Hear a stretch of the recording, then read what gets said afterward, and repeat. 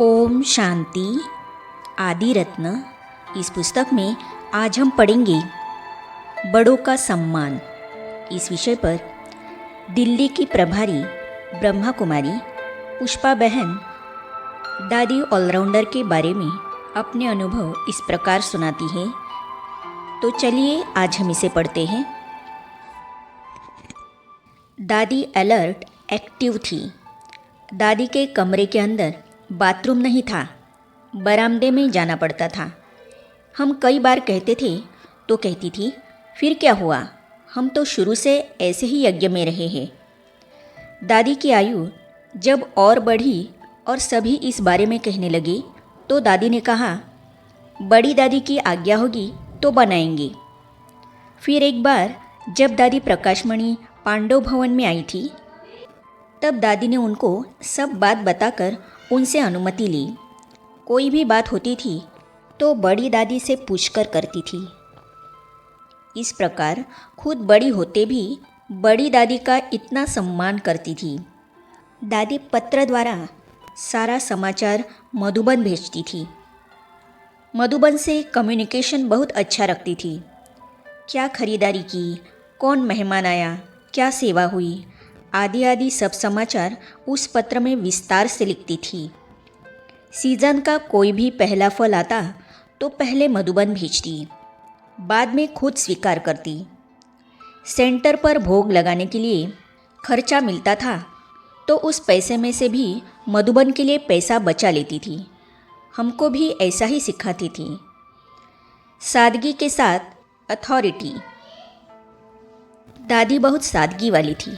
सफाई की कला, टोली, भोजन बनाने की कला भी सिखाती थी।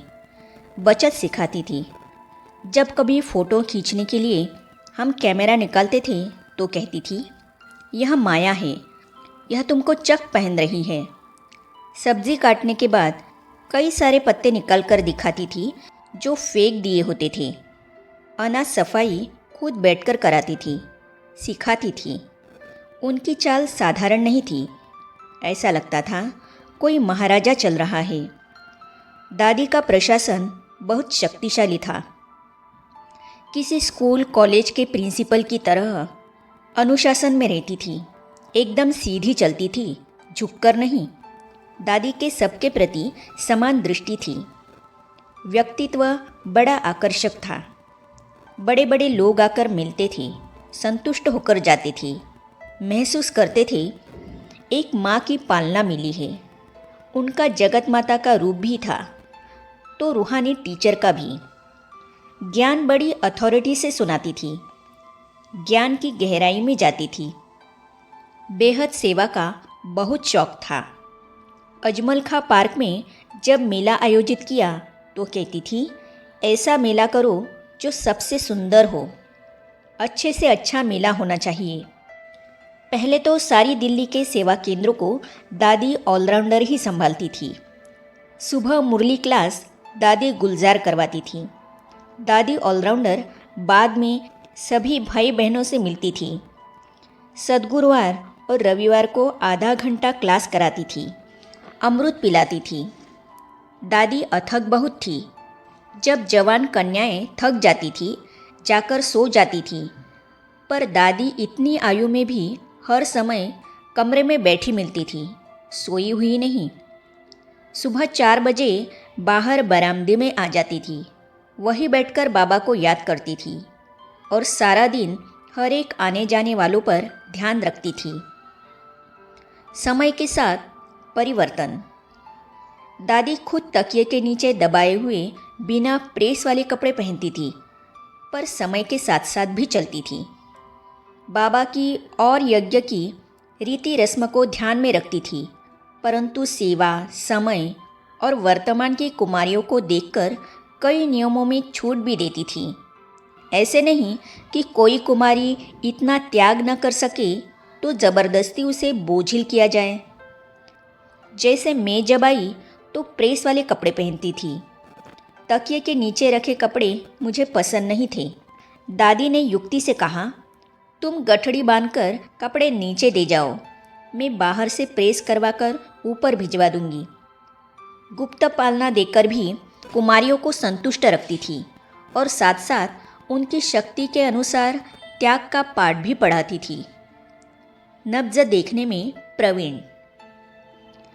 दादी की स्टूडेंट लाइफ दिखाई देती थी। बरामदे में बैठी दादी मुरली, पत्रिका आदि पढ़ती रहती थी। कभी दादी को खाली बैठे नहीं देखा। वे या तो टोली देने में या पढ़ने में या ज्ञान सुनाने में ही व्यस्त नजर आते थे। दादी को सुस्ती पसंद नहीं थी। यदि कोई बहाना करके अलबेलेपन में सोए तो पसंद नहीं था। तबीयत खराब होने पर हालचाल पूछती थी। दवाई, पानी, आराम का प्रबंध देती थी। पर जब ठीक से भोजन खाना शुरू हो जाता था तो कहती थी, अब सेवा पर आना है। जब हम नए नए आए थे, ज्ञान में इतने प्रवीण नहीं हुए थे, तब दादी हमें मार्गदर्शन देती थी कि आज यह परिवार कोर्स करने आएगा, इसको क्या क्या सुनाना है। कोर्स करने आने वाले से भी पहले 5 मिनट मिलती थी, फिर कहती थी, लाल, इसको परिवार में शांति की बातें विशेष सुनाना या आत्मा पर विशेष सुनाना। ऐसे उसकी ज़रूरत को परख लेती थी। हम तो आधे घंटे में पाठ पढ़ाकर आ जाते थे, पर दादी उन कोर्स करने वालों से या म्यूज़ियम समझने वालों से भी एक एक से बैठकर बातचीत करती थी। उनके प्रश्नों के उत्तर भी देती थी। जगदीश भाई देते थे जिगरी सम्मान। जगदीश भाई के मन में दादी के प्रति बड़ी श्रद्धा थी। वे दादी के त्याग को देखकर बहुत प्रभावित थे। दादी ने कितने बड़े संपन्न परिवार को छोड़ा, गुलजार दादी जैसा रत्न यज्ञ को दिया, इतनी बड़ी दिल्ली की जिम्मेवारी उठाई और दिन रात अथक रूप से सेवारत रही। इन बातों के कारण जगदीश भाई दिल से सम्मान देते थे।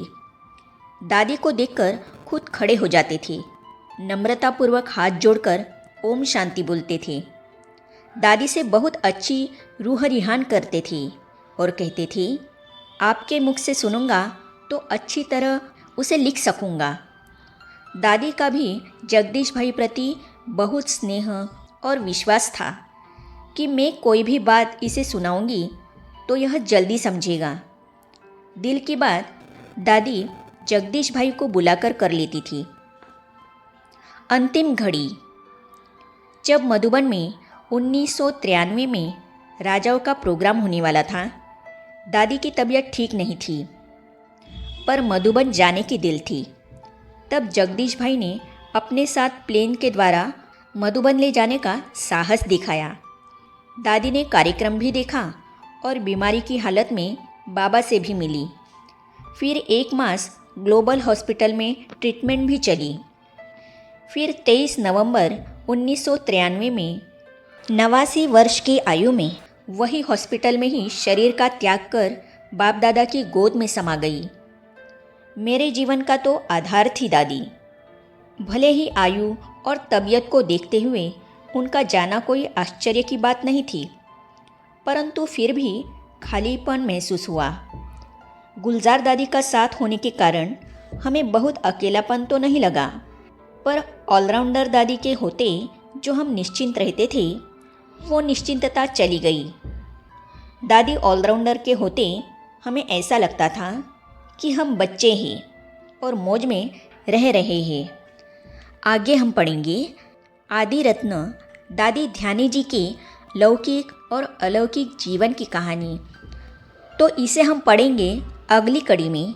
तो ये जानने और पढ़ने के लिए इस चैनल को सब्सक्राइब करने के साथ ही साइड में जो बेल आइकॉन है उसे भी क्लिक कीजिए, ताकि आने वाली सभी वीडियो और अब तक की सारी वीडियो आप तक पहुंचती रहेगी। ओम शांति।